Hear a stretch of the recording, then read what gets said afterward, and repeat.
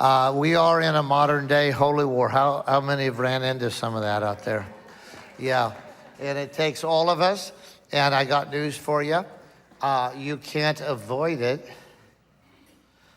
You can only be plundered by it or overcome it. Those are your two choices. Because it's happening. It's happening all around you. It's happening all around me, whether we're ready for it or not. And so my advice is you get ready for it and join us in the fight. Okay, thank you for that, Lady O'Grady. I want to thank again all of the wonderful speakers that we've had. Let's hear it for all of our speakers. They've done a great job.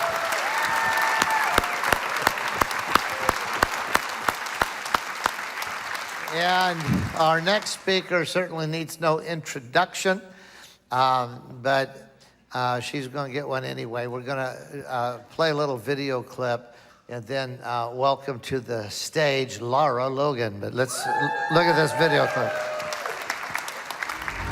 There is nothing left. Any direction you walk, all you find is more destruction. Thousands of angry Somalis and heavily armed gunmen were locked in an intense battle with the Americans. We were caught in an ambush with his troops along the frontier. Get in. So it was a policy of total annihilation. Do you think they will attack you before you attack them? How many shipwrecks do you think are down there? You've been described as the greatest American rock band. Is that how you feel? Are you among the last people on Earth to speak this language? And if you look at the U.S., what are you most worried about here?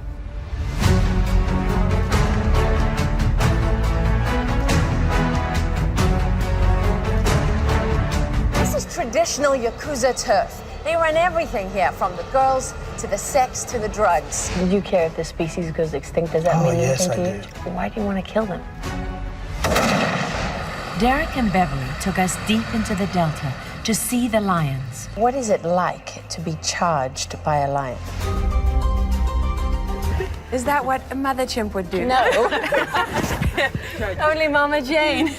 Coney rules by fear and claims he has mystical powers, a formidable combination in the minds of the children he kidnaps. You were part of an army that taught children to kill, where young girls were raped. All these people who are doing atrocities do it under constant instruction. Including you. Yes. The most obvious thing when you look at these walls is that it's all men up there as the past directors. And you went from 0 to prime minister in about 8 years.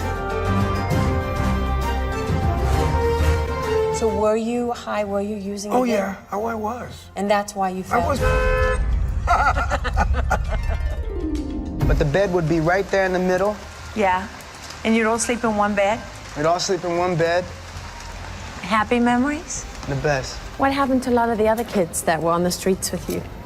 Well, unfortunately, a lot of my friends are either dead or in jail. What kind of soldier are you? I'm average. I'm mediocre. This is the single greatest honor that the military can bestow on its own.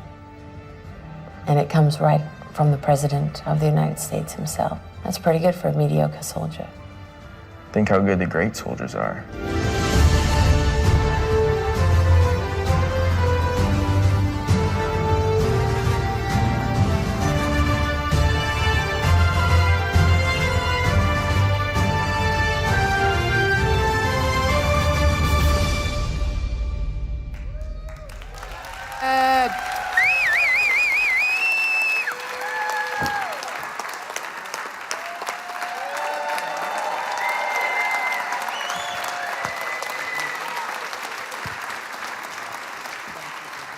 Thank you, Dave. Thank you so much, everybody. Wow, you guys deserve a medal.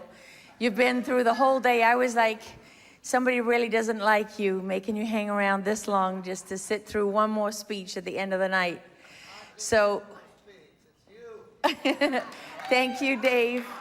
I think I was prayed over more for this speech than any other speech I've ever done. Or, you know, so if I mess this up, it's God's fault, not mine. I'm just kidding. I'm just kidding. Okay, wow. So this has been amazing. Pastor Dave, and where's your beautiful wife? Where are you? Okay, you guys, you've done an incredible job here. It's it's been fascinating to hear everybody. You've been amazing sitting through all of this, taking on all of this information.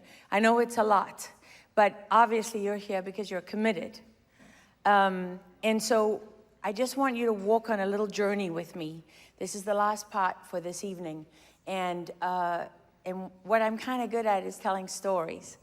As you know, because I told stories on 60 Minutes and I learned from the best. I think Andy Rooney, he was really old by the time I got there, but he was still around for a good 10 years before, I was there for 16 years. So, and I remember the first time I met Andy, I was coming through the lobby of the building at 60 Minutes, and he's shuffling towards me like this, and at this time, and he stops when he gets in front of me and he says, "I wish I knew you better." And that was it. He just kept on going. There went Andy. But, that was kind of an amazing thing to work with people like him. Mike Wallace, he always called me kid. "Hey, kid, when you gonna cut that hair? It's distracting. You gotta cut the hair. Kid, listen to me. Great piece last night, but when are you gonna cut the hair?" That's what I would get from Mike all the time. And he'd leave me notes on my desk, which was quite something. But Ed Bradley was definitely one of my favorites. He was quoted, actually. I think I can say this because I promised only not to say the F word, but I was asked to promise not to say any other words, so I'm going to use this one. Okay, so he said I had the biggest balls of anyone he'd ever met. Talking about my reporting from the battlefield. I'm not really sure that was true, but it was a really great compliment coming from Ed, and I loved him. Absolutely loved him. So I had a really, profound experience of journalism and the media at 60 Minutes, and of the power of great storytelling. And maybe the greatest storytelling of all is in the Bible, right? My husband calls it the instruction manual. But when you start to read the Bible as a story, that's when it really kind of comes alive for you. So that's what it really kind of is coming alive for me. I'm not all the way through it. I want to read it as one long story to understand it from beginning to end. I think that takes... My neighbor just gave me an app that helps you do that in a year. That's not going to happen. However, it was a nice thought, and it's got me on the right track, so I appreciate that. But 60 Minutes is not what it used to be. My husband said when they fired me, well, they didn't really fire me, technically. My contract, I didn't let them fire me, and they never had grounds to fire me. But what I forced them to honor their contract. And then when my contract came up for renewal the second time, they didn't renew it. David Rhodes, ever heard of him? His brother Ben Rhodes worked for Susan Rice and Obama. Yeah, so he was the president, and he was determined to get rid of me, obvious reasons. But the thing is, when I left, then my husband said to me, "It's the end of 60 Minutes." And I didn't want to believe it. I was still hoping somehow I would be able to go back, because that kind of storytelling where you take people, on this journey with you, and you weave in history and characters and details, it's magical, right? It's a gift from God, and it's disappearing. Nobody wants to pay for it anymore. Journalism is dying, and it's disappearing as faster than you can even imagine. And we're all celebrating the death of it because we've been betrayed, right? I mean, these people who are supposed to honor the First Amendment and take their responsibilities seriously, they betrayed us. But the worst part is they slit their own throats, right? But guess who benefits? The people who gave them the knife, who led them on that path. And so what's happening is journalism itself is dying out. It's literally dying out with the journalists, the people who know what journalism is. I'm 54 now. I've been a journalist since I was 17 years old. So journalism is disappearing. It's dying with the people who are dying, because you know what? The new generation coming up, they're not learning how to be journalists. However, I will tell you that in spite of that, there are some great young journalists out there, and some great independent journalists. There's a guy, Taylor Kramer from RGV Truth, who's down in the Rio Grande Valley. He's doing great work. I mean, that kid has to have the hand of God on him, because he sure as hell didn't learn that in college. You know what I mean? They're not teaching journalism in college. So, and why does it matter? Why does it matter? Well, it really does matter because how else are we going to hold people accountable? How else are we going to know what the truth is? You know, how else, who's going to fight for all of us? Who's going to fight for our children? I mean, that first step to what Tina, my wonderful, amazing, angelic friend Tina said today, they want your children, they want a body with no soul. That's what they're trying to do, a body with no soul. And as my husband, Joe, was talking on his panel on information warfare, it's a battle for your mind, but it's not just that information and propaganda is a weapon on that battlefield. It's become the whole battlefield. Because once they have your mind, then it's not that hard to get your soul, right? And so what I'm particularly worried about in this moment, I'm worried about the fact that no one is investing in young journalists. No one's investing in independent journalism. No one is investing in the craft of real investigative storytelling. And no one seems to care that it's disappearing.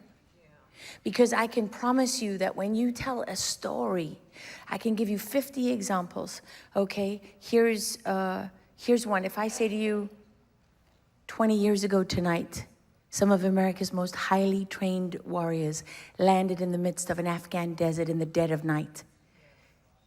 Now I'm telling you a story about a war that began 20 years ago, as opposed to me saying, it's the 20th anniversary of the war in Afghanistan, right? There's a totally different thing. And storytelling really matters because it moves people's hearts. And when you move people's hearts, you can make mountains move. So, you know, people often ask me how and why I do what I do and go to the places I've been to and see the things I've seen, and everyone assumes I have PTSD. And I am here in front of you to tell you, I do not have PTSD. And I never did. I never did. You know, they made me, after I was gang raped and sodomized and beaten almost to death in Egypt when I was working for 60 Minutes, they made me go and see a psychiatrist. I think the thing that almost drove me to drink was the psychiatrist. Okay, I mean, when she gave me the meditation CD, I'm like, I'm never coming back here. I'm never coming back here. Just the idea of sitting still. What was that? I don't understand what meditation is. Who has time to meditate? I gotta live. I have, you know, I mean, I got a whole life to live. And you want me to sit and think about what? And I've tried. I've had well-meaning friends along the way who've sat with me and done a live meditation. And, you know, do you see the forest? And do you see the opening? And I'm like, no, I see nothing. I was not built for meditation. I just gonna tell you, I was not built for meditation, and I was definitely not built for the health revolution because I start every morning with a Bailey's coffee. And I was, you know, and even when I was going through cancer, when I was 41, and I'd have to go for radiation, which was depressing, you know, and then there's all the other cancer ladies there in the changing room, and they're like, oh, have you given up sugar, dear? And I'm like, they're like, oh, you haven't given up sugar? Didn't you hear it? Sugar feeds cancer. And I'm like, fuck. I mean, sorry, no. I mean, like, goodness gracious, holy guacamole, that's awful. Okay. So they said, you know, that, you know, you gotta give up sugar, you gotta have a positive attitude. I came out of that hospital. You know, I had radiation for 8 weeks. I called my sister from the parking lot of the hospital, and I was like, I gotta give up sugar or I'm gonna die. I've gotta be happy or I'm gonna die. I got a 1-year-old and a 2-year-old baby at home.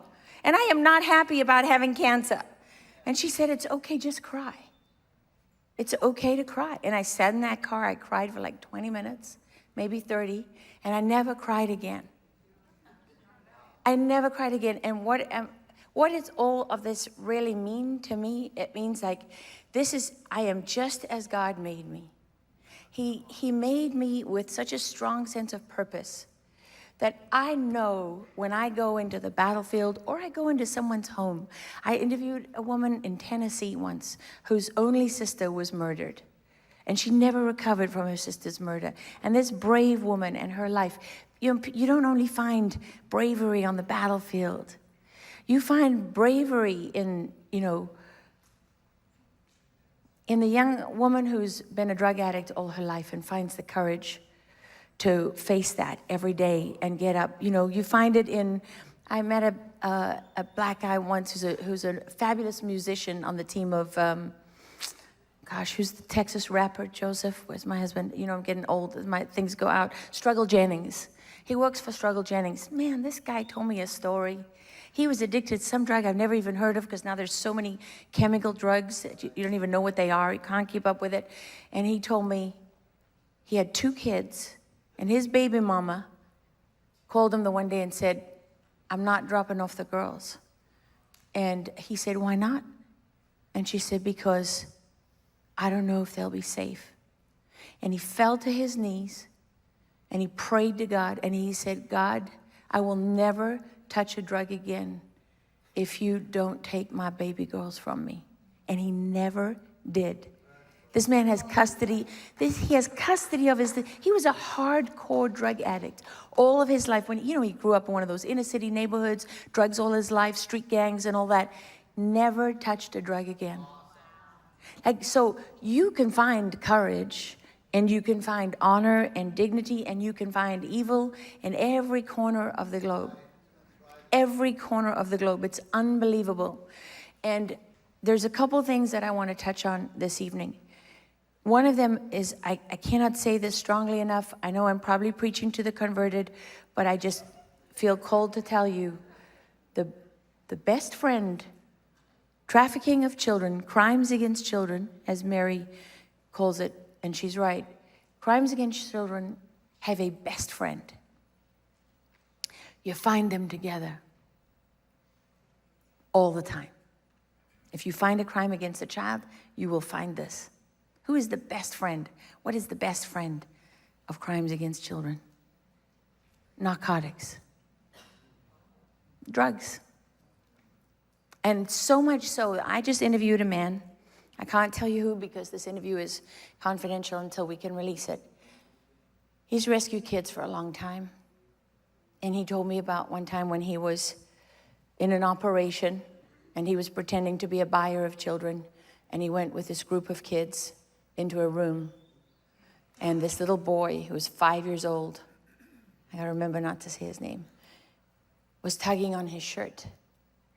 Mister, and he turned down, he said, "Yes." And this little boy looked up at him, he said, "Are you going to give us cocaine?" So why do they want your kids to do drugs? Why don't we hear about the fentanyl crisis more? You know that the numbers for fentanyl overdose deaths are a fraction of what's really happening. They don't include the homeless population. I don't think they include the prison population. Why don't they care? Why don't they care? Everybody's got Narcan. You know what Narcan is doing? Do you know what Narcan is? The drug that they give people when they overdose, opioid overdoses. Every paramedic, every school nurse, everybody's got it. Your tax dollars are paying for it. Nobody's told you. Nobody's told you how many hundreds of millions of dollars are spent on Narcan. You know what else they don't tell you? When you overdose on opioids, your breathing receptors are basically overpowered, so they don't trigger the next breath. So you think you can't breathe, so you just stop breathing. That's it. You just stop. What Narcan does is it overpowers those receptors, and it's instant because you can stop breathing again. But what has happened in the interim? How long is it from overdose to Narcan? What happens to your brain as you go without oxygen? I tell you, I've been into the homeless camps in San Francisco. I had to go to 3 camps before I could find a person who could complete a sentence. They're being decimated. We are being decimated by narcotics because they're not growing in the ground anymore. They're chemicals manufactured in a lab. And what does that mean? It means that they can get stronger and stronger and stronger. It means that the damage that is done. Who has seen Faces of Meth? That's the perfect example. Faces of meth is faces of people who are meth addicts. You see this physical degradation and disintegration. It never returns. Just like the brain damage that people are getting never, ever comes back, because these are chemically manufactured narcotics. And guess what? Those days of smoking weed and getting high and maybe having the munchies, this stuff is in everything. They're putting fentanyl in every drug that's out there. Every single drug that's out there. And now there's things like ketamine, right? I mean, ketamine is a horse tranquilizer. They're putting that in marijuana. Okay, and if you think these THC levels, I was just talking to a DEA agent about this, these THC levels are 5, 10, 15, 20 times what you might have gotten if you were in the 60s and you were smoking a joint. And what doesn't grow out of the ground, not to say that, you know, heroin was good for you or cocaine was good for you, but compared to these chemically manufactured pharmaceuticals, it's incomparable. And at the same time, this is what I want you to understand. This is how everything connects, okay? In academics, in the universities, there are research papers right now and for decades that are funded by people like the Ford Foundation, the Knight Foundation, the Open Society Foundation, the Tidings Foundation. It's all the same people. They fund this research to argue and explain to you why we need to decriminalize narcotics. The decriminalization agenda is global. Every single thing I'm going to talk to you about now is global, because they have the global world that they always wanted. It exists. They created the digital realm, and that's the one world that we march to their tune in that digital world. So they have academia that creates papers and does research and provides, you know, that support base for it. Then they have the media that puts out the stories about it, right? Then they, then they have the people within government that advocate for that. Do you know how many years ago I was on the ground in Afghanistan? 2003, I was living there for a year. And there was a woman there from the Open Society Foundations trying to get the Afghans to legalize opium, because most of the world's opium comes from Afghanistan. Why was the Open Society Foundation have someone in Afghanistan? Why do they want you to do drugs so badly? Why? Because people who do drugs don't run for Congress. Most of the time. I mean, it's a little bit different today. I know it's a different crowd, okay? But typically they sit on their couch. You know, they can barely hold down a job, especially when you throw in things like fentanyl, which is so addictive. They can't be in the military, don't run a successful business. Most of them have broken homes, can't raise a kid. Definitely, you know what I mean? So the last time I think there was a study done on this was under Obama, and was when there was around 60,000 opioid deaths, and the estimated cost to the economy was over $525 million. You don't see those studies, because you notice those NGOs are funding the studies they want. Amazingly, they're admitting that vaccines cause autism, right? But we didn't see there wasn't any research to support that before, because they don't study the things that are inconvenient to them. But there's always a legal arm to this, and the legal arm to the narcotics is that they actually have people going after, like, the parents of fentanyl victims. How do I know? Because when I was doing a story on this, and I found this, you know, I think it was called, I don't know if it was Moms for Fentanyl or something like that, of fentanyl victims. I reached out to these people. I'm thinking they're gonna be really glad that I'm shining a light and including this in my reporting. They didn't want to talk to me. It took me 3, 4, or 5 conversations before I could talk this dad into speaking with me. And it's because they get savaged. Just like you, Pastor Dave, you've been attacked for what you're doing. There are parents out there whose kids died of fentanyl, who want the drug dealer prosecuted, who get attacked for that. Because what do the decriminalization, legalized drug crowd say? They say, oh, you know, you can't go after the drug dealer because then he's not going to cooperate with us. Oh yeah, because they're so cooperative, drug dealers. That's really the issue. You don't hear about it because narcotics is a pillar of all these other things that are happening in our society. The hypersexualization of children. What do you find hand in hand with that? Drugs. You know, how do they get your kids to do things that they wouldn't otherwise do? Drugs. What do they say in the memes and in the TVs and in the movies? Drugs are cool. They want all of us, they want all your kids doing drugs, because that's a step towards taking their souls. And once you cross that line, you know what happens to you? Once you cross that line, you do something when you're under the influence of narcotics that you would never have done otherwise. It becomes very uncomfortable to be who you were. And kids don't know how to do that. And they disappear. And you know who's waiting for them in the wings? Online networks of predators. And I'm not just talking about pedophiles. Have you ever heard of accelerationists? Know what accelerationists are? These are people who actually believe that by doing as much evil as they can accelerate the decline of humanity, that they will create so much evil in the world that we will collapse on ourselves. Yeah. Accelerationists, satanic accelerationist cults. One of the ones that you may have heard of recently, because it's being talked about in the media, is a group called 764. Thank you, with Becca Spinks. This is an amazing woman who's been studying this. So satanic accelerationist cults, what do they like to do? They use Nazi symbols sometimes, these different groups. There's one called the Maniac Murder Cult out of Ukraine. Isn't it funny how Ukraine keeps popping up? And not in a good way either. And what do? They use self-harm. So they like to get your kids to cut themselves on camera. And I'm not just talking about a few marks on the arm. I'm talking about cutting themselves to the bone, all over their body, carving the name of their trafficker or handler or contact into their skin, getting them to move from there into possibly suicide on camera. One just got arrested in Germany. He got a 13-year-old American boy to kill himself on camera. 2 years the German police sat on the information on him that was handed to them by the FBI before they did anything. I want you to think about what that means. A kid in the United States of America was trafficked by a man in Germany who he never met. Never met him.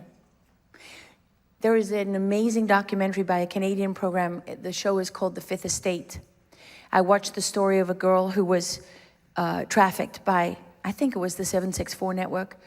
They got her to agree to commit suicide in a bath of boiling water, a bathtub of boiling water filled with her blood, where she had cut herself. I've seen the photographs on her body from head to toe. She was cut. They got her to try to drown herself under the water with a chain around her neck while her mother was beating on the bathroom door. Just want you to think about that for a second. When you hear on this stage that they're after your children, when you hear they want a body without a soul, I'm not kidding you. There is an investigation, officially, according to the FBI, they have an investigation open into the 764 network at every single field office of the FBI in the United States of America. Because what does technology do? It proliferates everything. Every dark thought, every dark desire, and the mechanism to make it all happen to scale happens in the digital world. You would never, if any of these people showed up at your door and said, imagine you have 16 psychotic pedophile traffickers show up at your door and they say, hey, we're just here to hang out with your son or your 12-year-old daughter. You would say, I'm sorry, who are you? But when you handed your kid a phone, you opened the door to every pedophile network in the world, every satanic accelerationist cult. And you know what they do in these groups?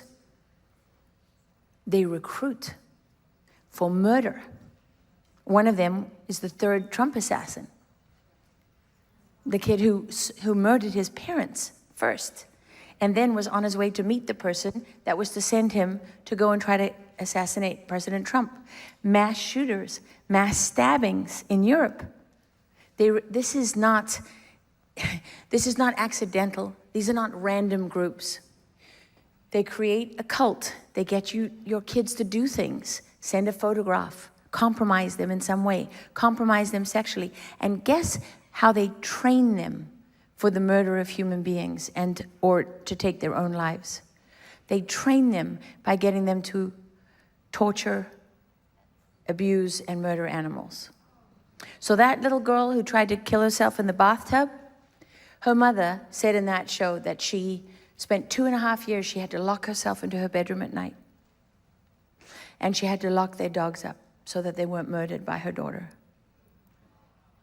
So these accelerationists, this girl, Becca Spinks, who I interviewed, she believes that there were accelerationists on the ground on January 6th. Because you can see there's a difference between some of the Antifa people and then some of the more violent people. And so when you try to make sense of evil, these are people who literally do evil for the sake of evil, because they want as much evil in the world as they possibly can generate. So this is your worst nightmare as a parent. Could you imagine that your child takes their own life because of people they have never, ever met? And I can promise you, as bad as it sounds to you, I watched a video of a group of these boys getting a girl to bite off the head of her hamster. Yeah, and you can hear the demons in some of their voices. There's one, I can't repeat what the guy says because of the language he uses, but he says, "Do it or I'm going to up your life." And the way he says it, it's completely demonic. But they're not the only ones. So within these dark networks that exist online, there's also something called incels. And if you have teenagers as grandchildren or children, they know what incels are. Incels are the involuntarily celibate. These are the kids that can't function in normal society now. We have generations of them. Just want you to know that. We've raised generations of kids who can't function in real society. So what do? They sit in their underwear in their room or the basement or wherever, and they live online. And they are pedophiles. What they do, how they bring your children in, they either send them gore, which could be somebody in a motorcycle accident or a truck accident, right? Getting hit by a truck or whatever, and you see the person's head fly off. So the gore is a huge thing across the internet. So they send them gore or they send them sexually explicit material, usually involving children, because most of them are pedophiles.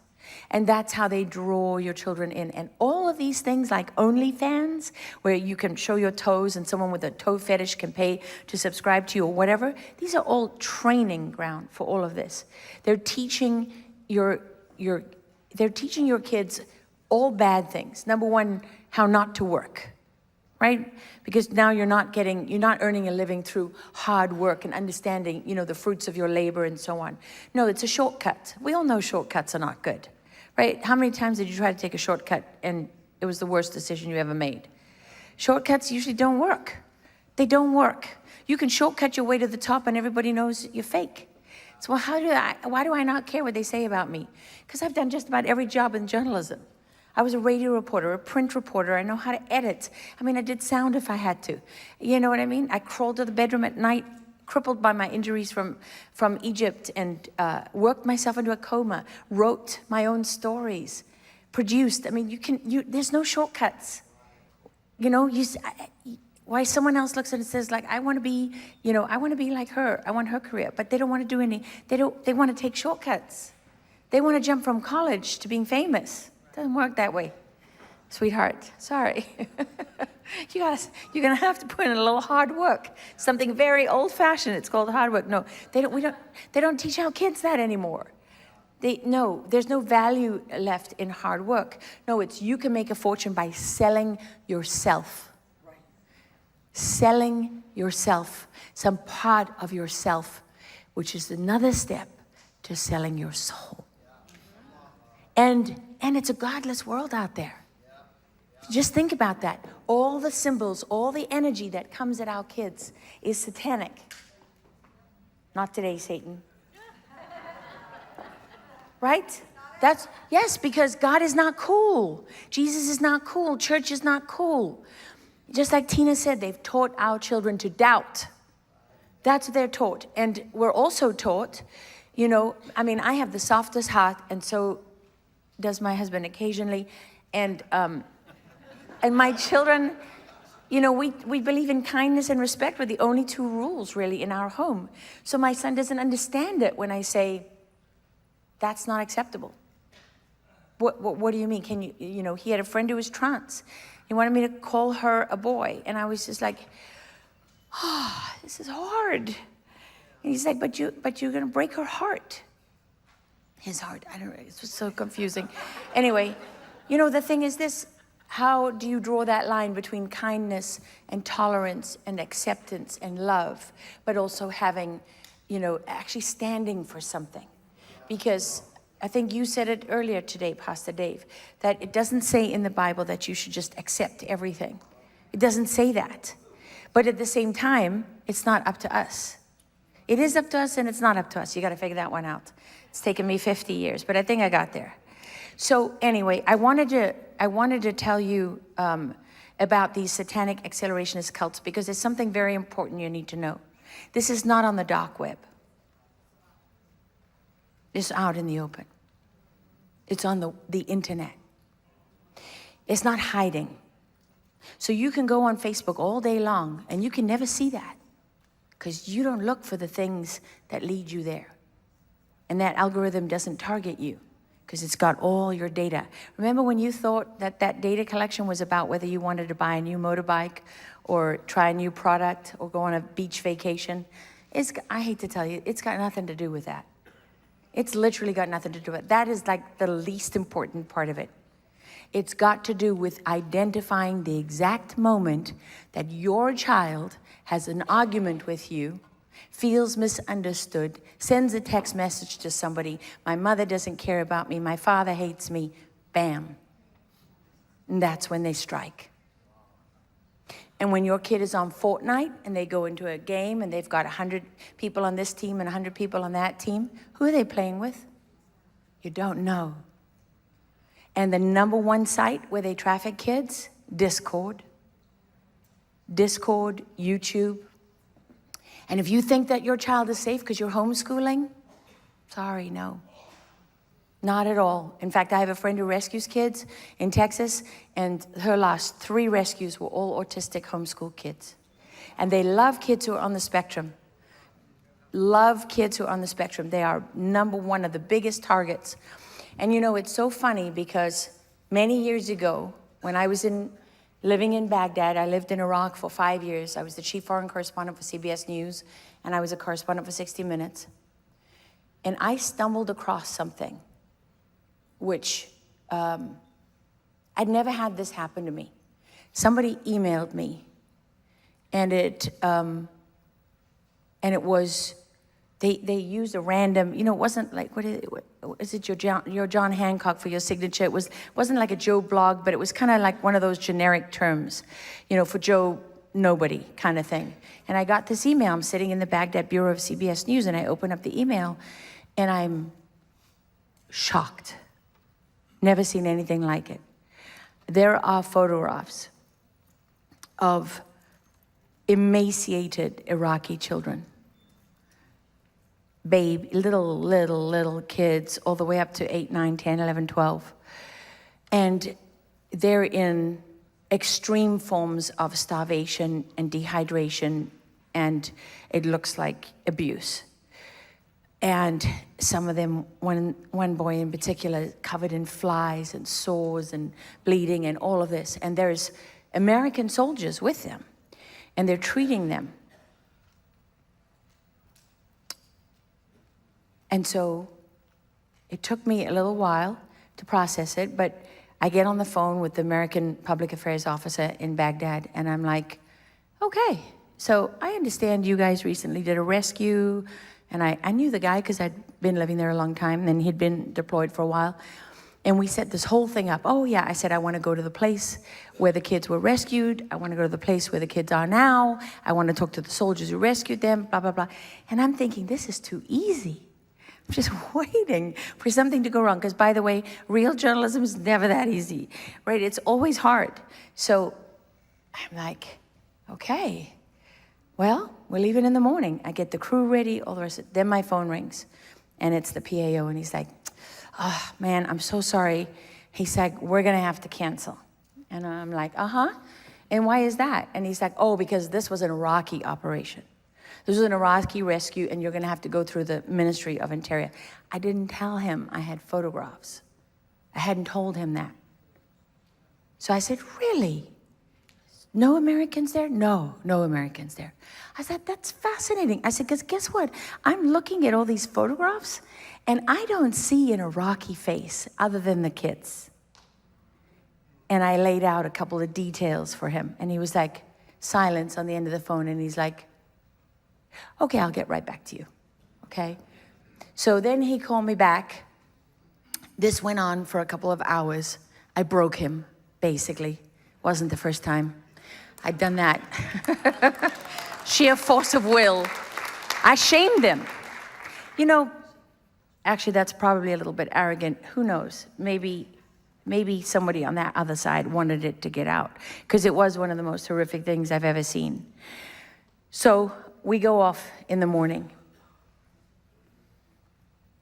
And I did that story. And when that story went out on CBS News, you know, I was Glamour Woman of the Year, and I was New York Times and Washington Post writing all these crazy articles about me and, you know, my amazing work. That was when they loved me. And almost everything I did, I got awards I didn't even know I was in for. And I thought, wow, this piece will surely win every award there is. And I never got a single award. And I'm going to tell you afterwards why I think that is. But I dug this, actually Luke dug this up today. Luke Coffey, where are you? Luke, my producer and co-host and January 6th insurrectionist who was almost sent to prison for 25 years for praying over the West Tunnel, over the violence, asking in the name of Lord Jesus, please stop this, yeah. Luke found it for me. I asked him to look for it, and I think we have that video, and I want you to see this piece because I want to tell you something about this.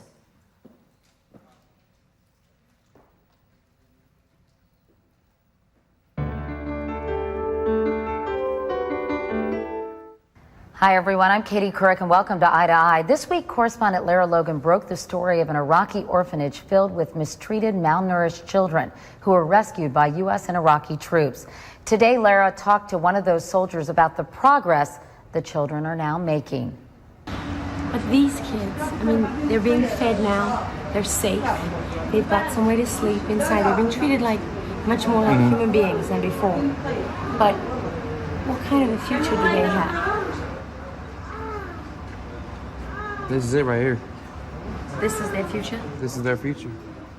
I mean, I just don't know of any other government organization in Iraq that could provide these kids with some kind of work program or a home for them to stay in. In the United States, some of these kids are orphaned out, and they get adopted by people that want to help. And I just don't see that happening here.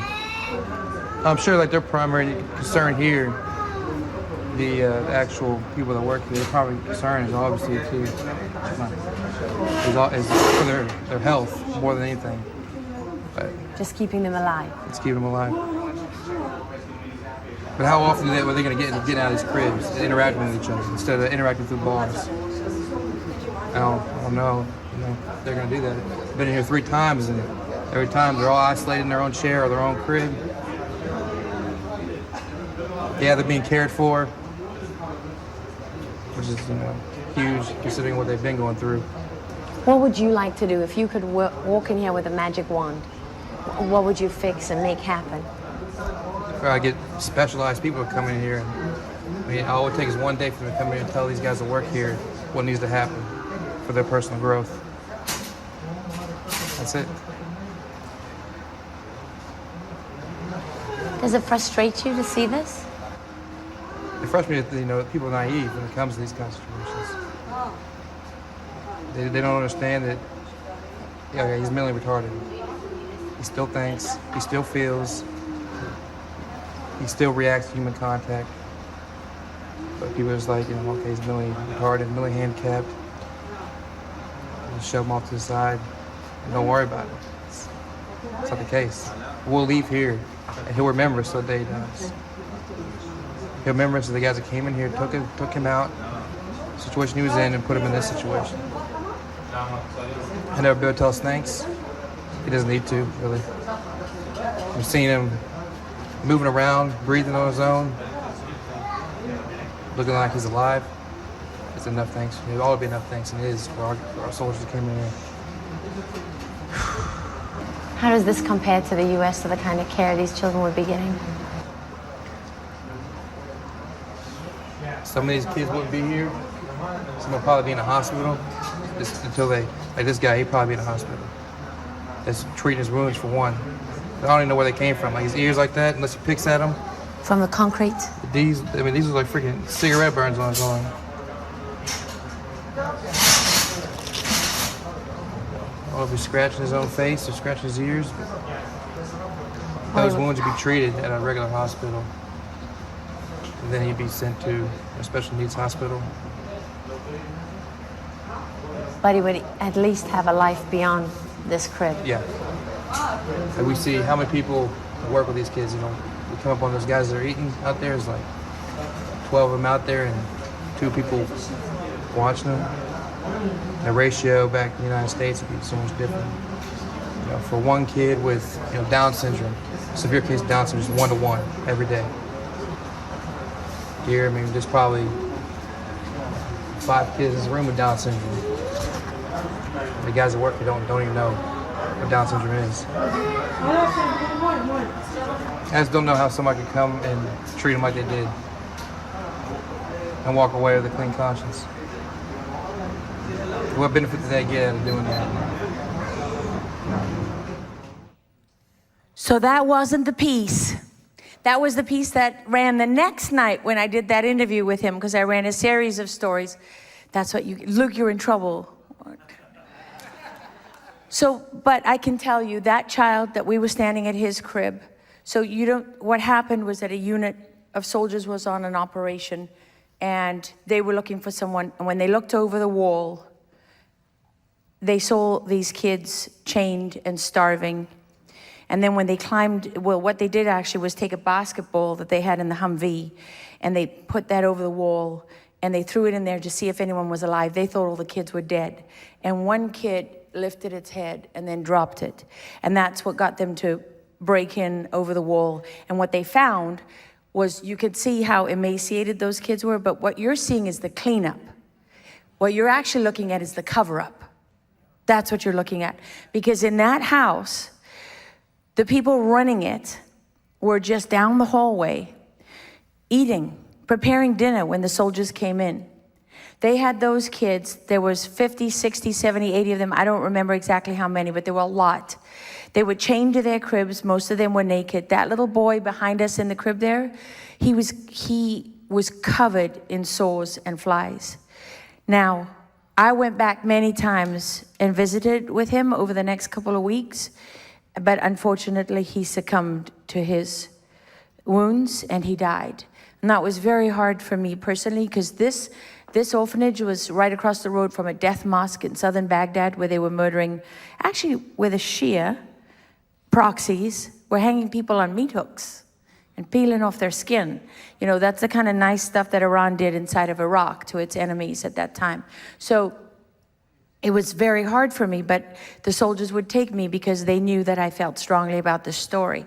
And the amazing part was that they had rooms of food and supplies and clothes that had been donated for the orphanage that the 4 adults in there were not using. And you know why they weren't using them?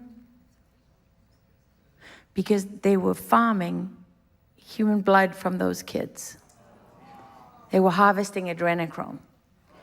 And I didn't know that when I reported this story. I didn't report that at the time, but I found out later from U.S. intelligence source that that's what they were doing. That's why that little boy had cigarette burns. I don't know if you could hear anything. That's why he had cigarette burns. That's why They weren't not feeding them because they didn't have food.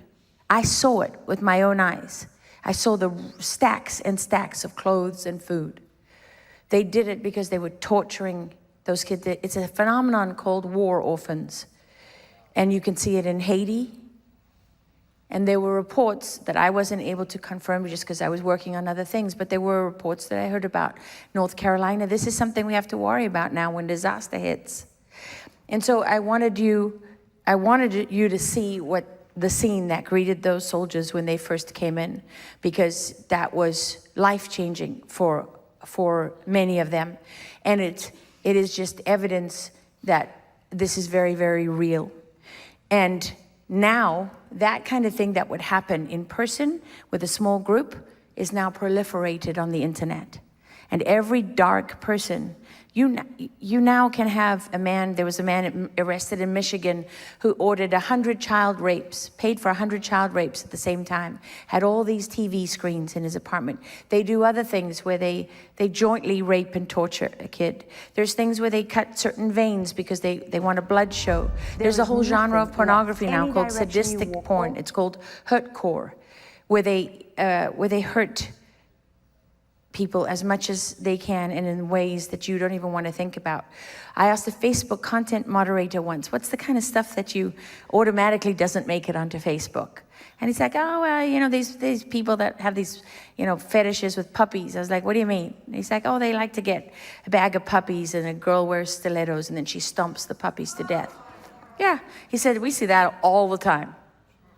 We see that all the time. And that was a good 10 years ago, he told me that.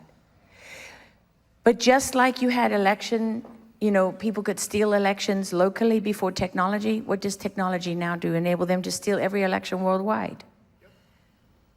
And this is something I really want you to think about, because this is something that you can do something about. I want you to think about the fact that every single piece of video and every photograph is stored on someone's server. Tech companies know exactly what is happening, and they know where it comes from, and they have the ability to trace it. So why do they allow it? Why are none of these people being stopped, or very few of them being stopped? Why is it getting worse and worse and worse? Ask Tina, ask Baz. They'll tell you that the numbers are going through the roof. Child porn, through the roof. Child sex trafficking, through the roof. Animal brutality, zoophilia, they call it, gave it a nice fancy new name now. It's not bestiality anymore, it's zoophilia. Why is it through the roof?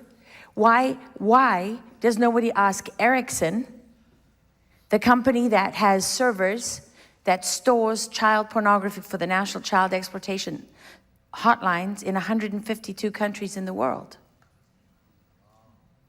Every time you send an image of child porn, it moves along somebody's cables, right? It's hitting somebody's tower. It doesn't go into the cloud. It doesn't evaporate. There's no such thing as delete. Only for Hillary Clinton and BleachBit, by the way. But seriously, ask anybody in the digital world. And yes, it can be masked and you can hide your tracks, but ultimately everything is traceable. And yet we are living now. And what is technology today? Why do they put a clock on your phone? Never want you to turn it off, because this is Satan's way of mimicking the omnipotence of God. He's all-seeing and all-knowing through the technology. So I'm telling you this because it is so important. It is so important for us to start demanding a digital Bill of Rights. You don't own your own image online. Do you know that? You don't own your own image. You don't own your own photographs. You don't own it, because when you hit download on that app, there was a fine print there that said that they have an unlimited worldwide copyright of everything you do. You're an architect, you design something, you email it. Guess who owns your design now? Just because they don't enforce it yet, doesn't mean they don't own it yet. They already do. And let me tell you where it's sitting: on servers in the Nevada desert and inside a mountain in Utah and underground in Colorado. And it's guarded under lock and key. They have massive security cameras and everything that you can imagine. Why? Because it's so valuable to them. It's everything. It's absolutely everything. And the number one target are your kids. And we talked a lot about girls being sex trafficked, but we didn't talk about the boys. And there are whole categories now that exist online. If you don't know what a femboy is, you should look that up. There's all these categories of kids that dress as girls. You don't even have to be gay, but you spend your life dressed as a female anime character. And you now have your own site on TikTok and on Insta or whatever it is. And you live like that. And so you get celebrated like that. Well, who are they looking for? Who are the traffickers looking for? Boys today sell for 3 times as much as girls on the streets of Texas. And there's something called a rainbow railroad where they get transitioned underground. So they got everything right there. They got the doctors ready right there to chop you up and put you on a path that can never be reversed. Can never be reversed. And who's the number one buyer for those kind of kids? Married couples. Yep. So really what I want to leave you with, I know, I'm sure that all of you are here because you're concerned about this and you're committed to doing something about it and you're trying to figure out your place and your way. I just want, I can only tell you from my point of view that as I have gotten to know more and more about this, it's very obvious that we live in a time of spiritual warfare and good versus evil. And people like Tina and Boz and others, Troy, you know, people who are on the front line of this, they stare evil in the face every single day. But yet they still stand as a symbol of strength and good. Right?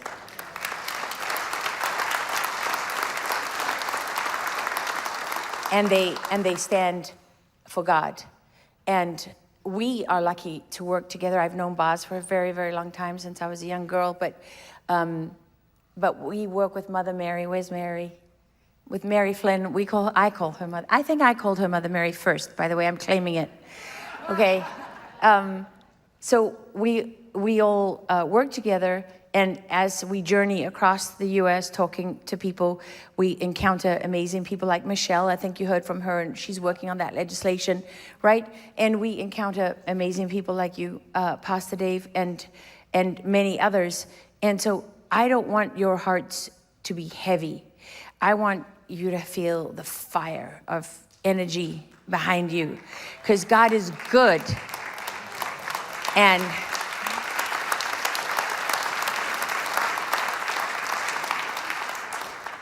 And honestly, I mean, I have survived all kinds of things. And I got to figure he kept me alive for a reason, right? And that reason was for this moment.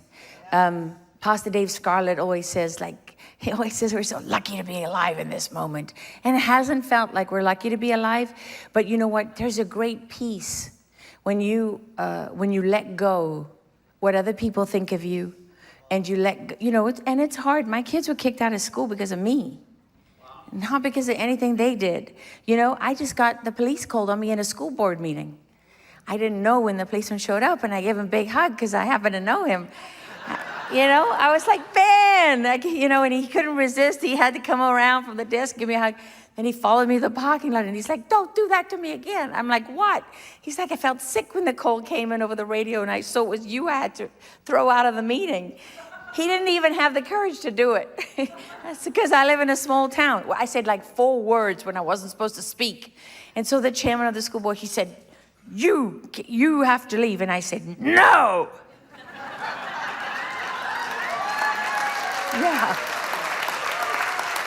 Yeah. And that meeting was about, of course, pornographic hypersexualization of kids, this school material. It's still happening. It is still happening. And even though the state of Texas has made this material illegal, it's still in the libraries. And they're hiding behind regulations. And this one is complaining about how many hours it's taking to go through the books. And nobody's complaining about what the kids are actually being exposed to. This one old hippie lady told me it's educational. She said, it's educational. And then I said, do you understand this is a gateway to trafficking and what's happening to our kids? And this other woman said, well, you know, so she said, I said, it's being endorsed by the school, by being in the library. She said, if I put Mein Kampf in the library, does that mean we're endorsing it? I said, it's banned. So she said, well, if I put the Diary of Anne Frank, does that mean we're endorsing the Holocaust? I said, no, Anne Frank is an indictment of the Holocaust. What are you, a moron? But this is the fight that we have. This is the fight that we have every single day. And I know you've had a long night. I want to bring up onto the stage two people who are very, very special to me, who have an amazing, great performers, both of them. Ilanka Deaton and Eddie. Eddie, I've forgotten your dad's last name, because I know you're not what's your last name? Hall. Edward Hall. Eddie Hall. Okay, so let me tell you about Ilanka and Eddie. So Mary Flynn, thank you for catching me. Okay, this is her son, Eddie, who's a rapper and a great skateboarder. And Eddie actually was, you know, in the grips of the music industry, and he was going places. But they offered him a contract that he wasn't prepared to take. They asked him to sell his soul, and he said no.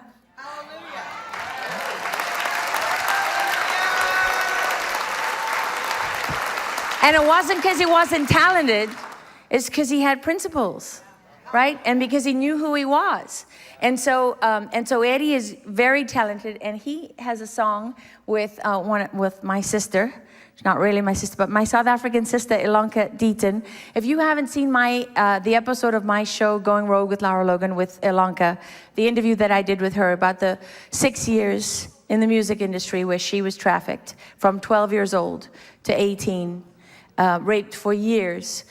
This is one of the most extraordinary women that I've ever been lucky enough to know, who not only overcome and survived 2 suicide attempts and all the rest of it, but just has the joy of life and music and God that comes from her, and is such a powerful living testimony to not just surviving, not just overcoming, but to living fully and powerfully and so beautifully. And her husband, where's Bill? He's here. Yeah. My favorite part of the interview is when she talked about surviving a suicide attempt where she ran into the traffic in her Victoria's Secrets. And you know, she's South African, so she says secrets. And I was like, Ilanka, it's Victoria's Secret. No, never mind.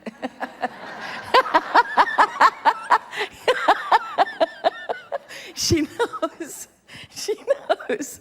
Okay, that's an incredible episode. I want you, please go and watch that and share it as much as you can. You will never hear a more powerful testimony. But I'm going to get out of the way and let them sing and perform, because, what did you tell them about the song? You're amazing, by the way. That was incredible. Everybody give her a hand. I'm going to say this. Yeah. Yeah. You're amazing. You know that? Yeah, you are. Bliksem. That was good. They don't know what Bliksem is. Oh my goodness. Well, whenever Laura speaks, you're either going to go home and throw up, or you're really going to like soak it in, and you're going to like dig your heels in, you know. So for those of you who want to throw up, we thought we might leave you with a song that is filled with hope. It's called Something in the Water, and it's all about just God's redemption. Yep. About God's redemption and healing you. So you can rock it out here up with this, Laura, but it's called Something in the Water. I wrote this. It's part of my testimony, and then Eddie jumped in. I said, man, I need a rap on this, dude. I sound way more like Celine Dion, but you can rap, so let's do this thing. Yes. Stay with us. Here we go. Can we take that from the top? Thank you. Here we go. Yeah, y'all can stand up.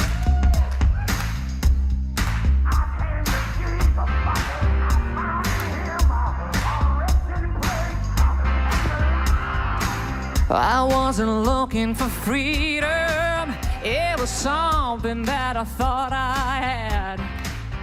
Rebellious, wild and running. It was sad, sad, sad. I could feel a change was coming. It's coming, y'all. Whether I wanted it or not. I started talking to Jesus. I said, hey, show me what you got. My troubles took me to the river, and I laid them down, down, down. There's something in the water that set me free. That old preacher put me under, and he baptized me. The Father, the Son, and the Holy Ghost, we got together at the river. Ooh, believe it, there's something in the water.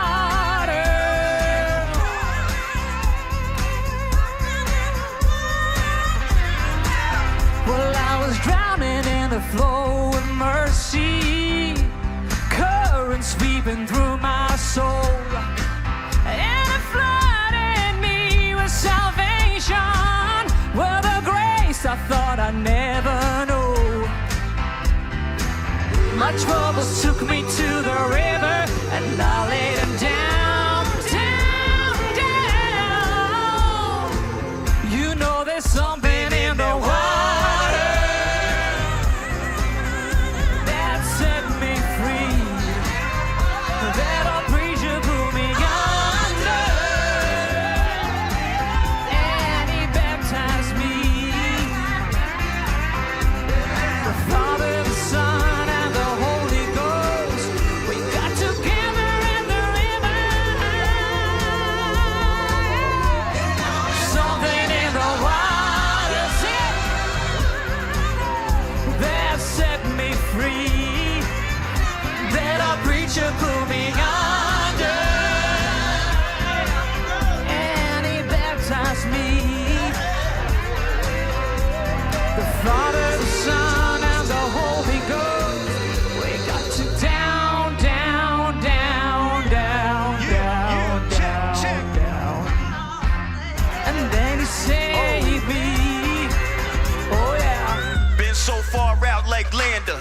These raps is righteous cantor. Lies they spread when around the world the truth ain't put its pants on. My people need the healing, so they stop robbing, stealing. Refuge, rockin', redeemer. 3 words I say, thank you, Jesus. Euphrates River, book of Revelation. 6 trumpet judgment. Never forsake us, they love you. Sitting at the right hand of Abba, Father, Master, spiritual advisor. Lyrical Mayalika, precious mother, sons and daughters, highest praise. There's something in the water that keeps you put me under. There's something in the water. There's something in the water.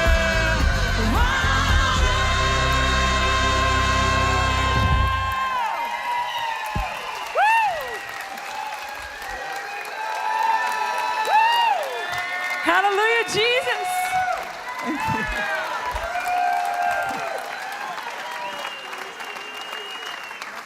Wow, wow, wow. Okay, Pastor Dave, you got to come up here and close us out. Let these tired people go home.